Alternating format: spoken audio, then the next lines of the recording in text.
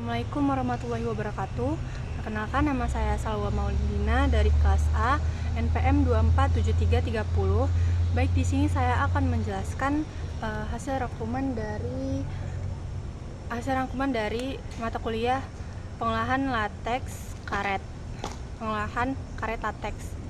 Jadi, dari hasil video itu saya rangkum pembuatan sarung tangan lateks dimulai dari bahan berupa lateks kebun atau lateks segar yang diperoleh dari hasil penyadapan pohon karet.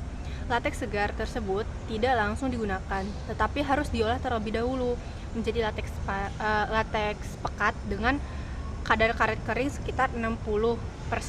Setelah itu, proses pemekatan lateks dapat dilakukan dengan beberapa cara, yaitu sentrifugasi, pendedihan, elektrodekantasi, dan evaporasi. Setelah diperoleh lateks pekat, tahap selanjutnya adalah pembuatan kompon lateks. Pada tahap ini, lateks dicampur dengan bahan-bahan kimia yang sebelumnya telah dibuat dalam bentuk dispersi. Pencampuran dilakukan menggunakan alat agitator atau mixer agar seluruh bahan tercampur merata dan menghasilkan kompon lateks yang siap digunakan untuk proses pembuatan barang jadi. Salah satu hasil pengolahan kompon lateks adalah sarung tangan. Nah, untuk pembuatan sarung tangan lateks dilakukan dengan teknologi dipping atau pencelupan. Teknik ini merupakan proses mencelupkan cetakan ke dalam kompon lateks sehingga terbentuk lapisan lateks pada permukaan cetakan yang sesuai dengan bentuk yang diinginkan. Jika cetakan berbentuk tangan, maka produk yang dihasilkan adalah sarung tangan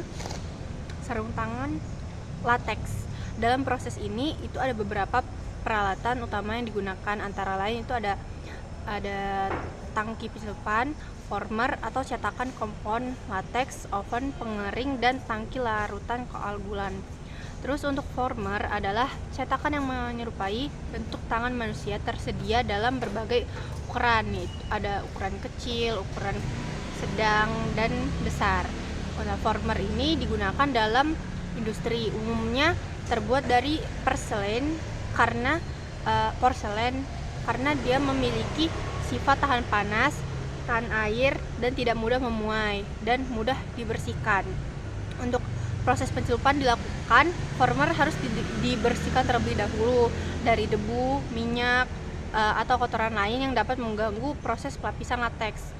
Nah, untuk kebersihan former itu sangat penting karena mempengaruhi kemampuan lateks menempel pada cetakan.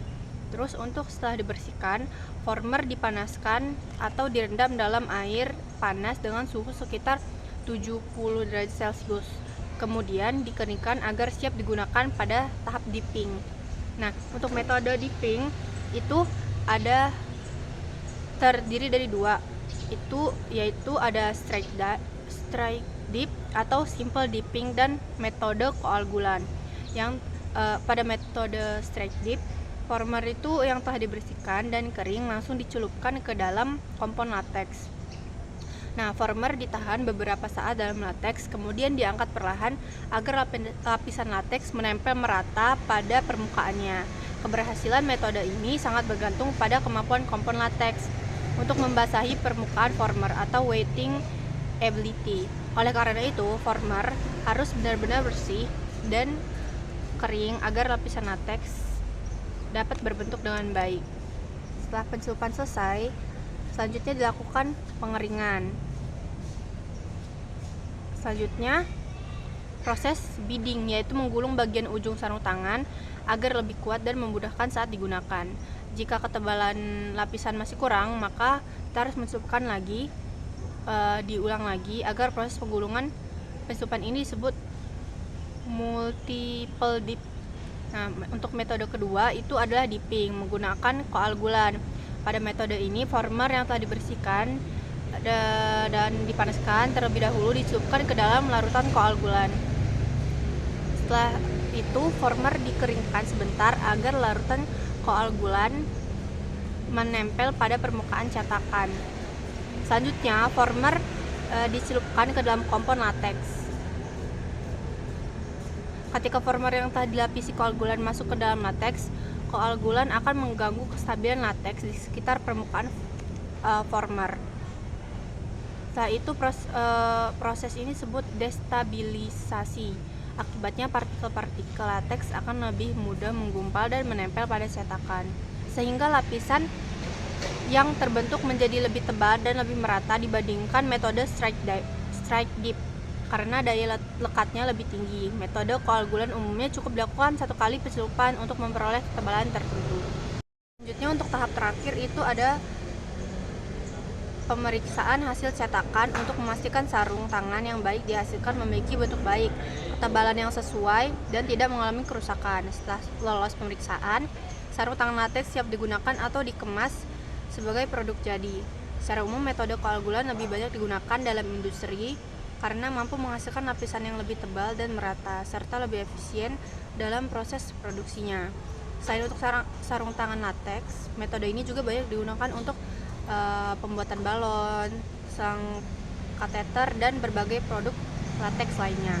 Sekian penjelasan dari rangkuman dari saya. Apabila ada salah kata, saya minta maaf. Sebelumnya saya minta maaf karena proses video dilakukan di rumah sakit, jadi mungkin videonya kurang jelas dan banyak orang yang lewat.